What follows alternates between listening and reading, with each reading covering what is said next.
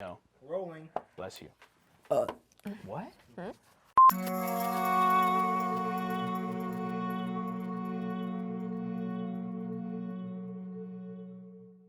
Hello and welcome to another episode of Queer Peer Reviews. We review queer media, good, bad, and ugly. I'm your host, Jamie, and today with me is my co-host, Bruce. Here at Queer Peer Reviews, we review your favorites and not so favorite queer media from comic books, TV shows, and movies.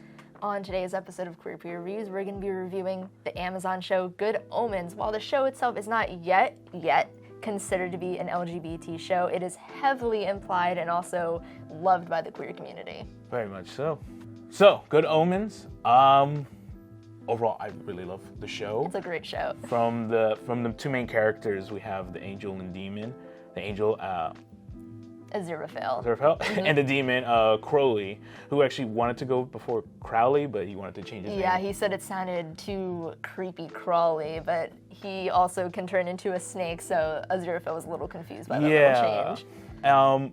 But yeah, no, the show is amazing, especially when it uses like biblical moments. And the funny part is like most of the biblical moments, they made it seem like it was just because of those two. Yeah.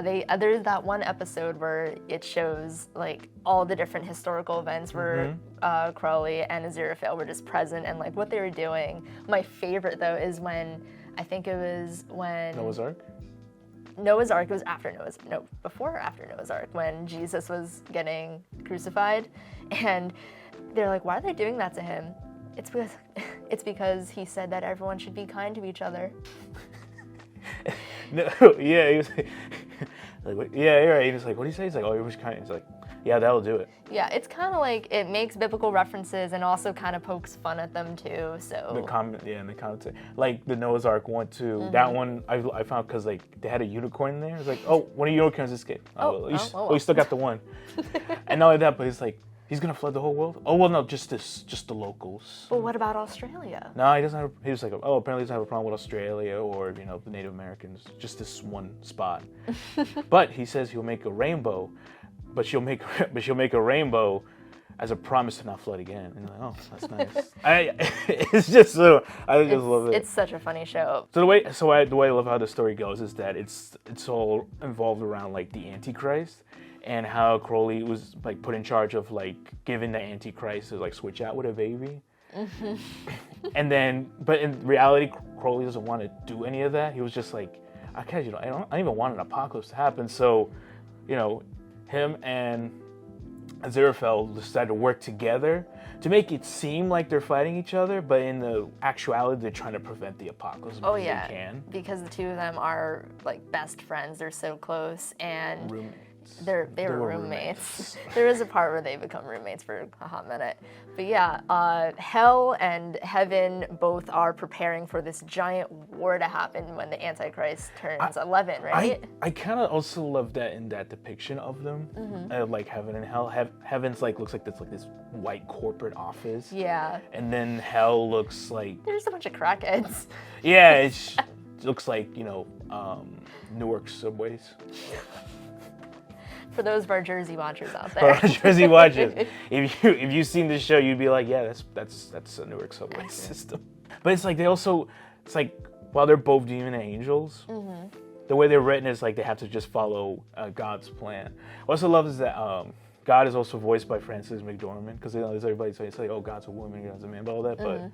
Neil Gaiman says like, fuck it, it's Frances McDormand. Yeah, Neil Gaiman said that all angels and demons are practically sexless. They don't have a gender, so that's why when you see them as like a different actress or actress, like from what they say is the right gender, it doesn't really matter. Yeah, it's never stated, and like we were saying, the show isn't confirmed to be queer yet.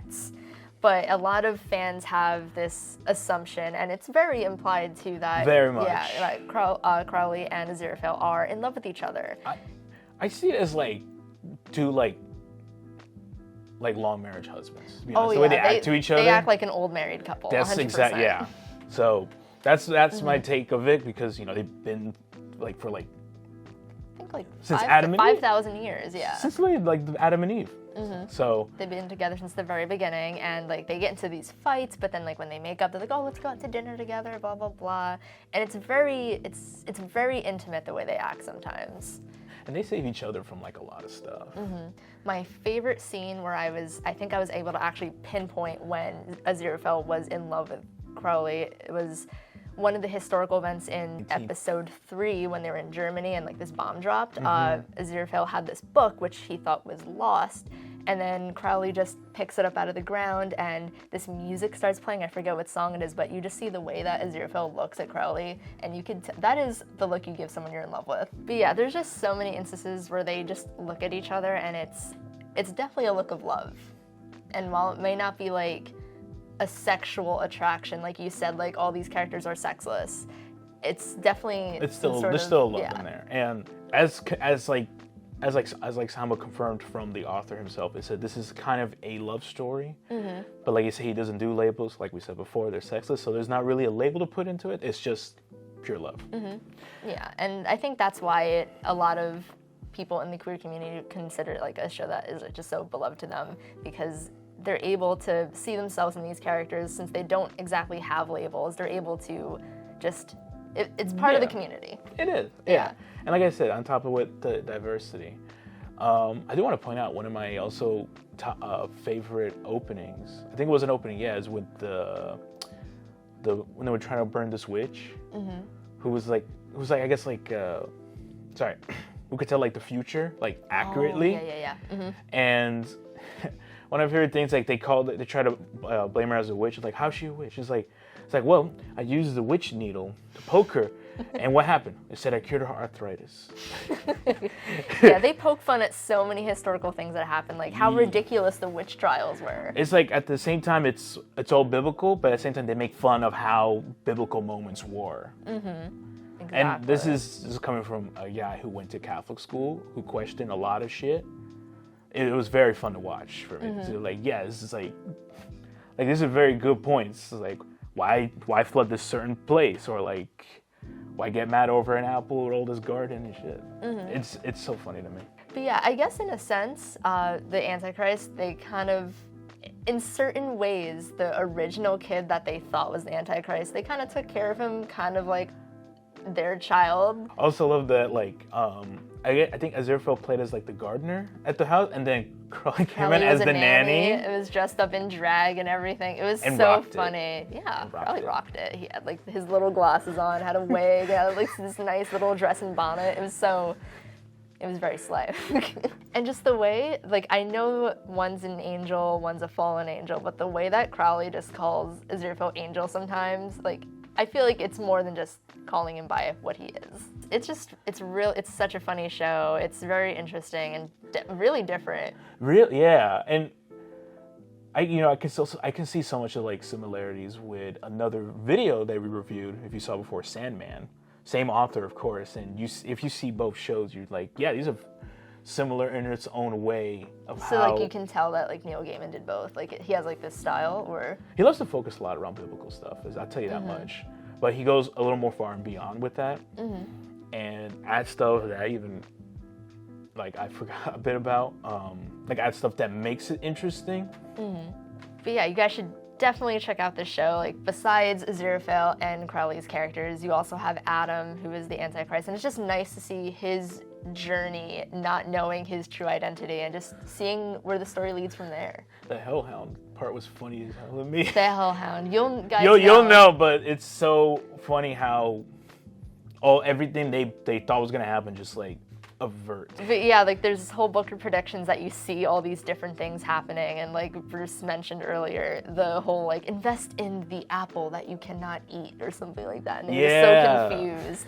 So yeah, check it out. Check it out.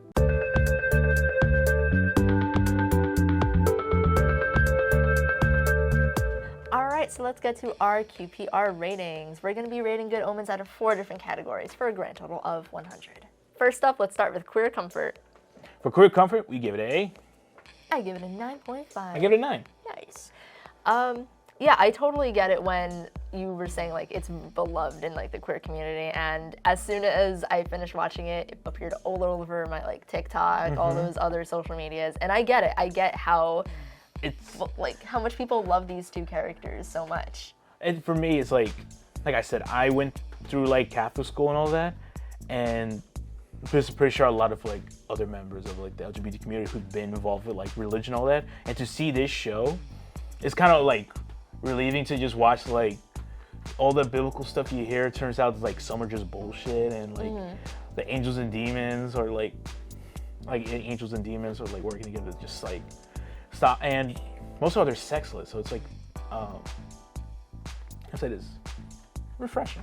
Yeah, I am so looking forward to season 2 and to see if there is or isn't, if it's confirmed, are they actually in love, does it go any further than that? And I feel like if it does, it's just going to be it's going to be a lot of fun anyways. It's going to be great.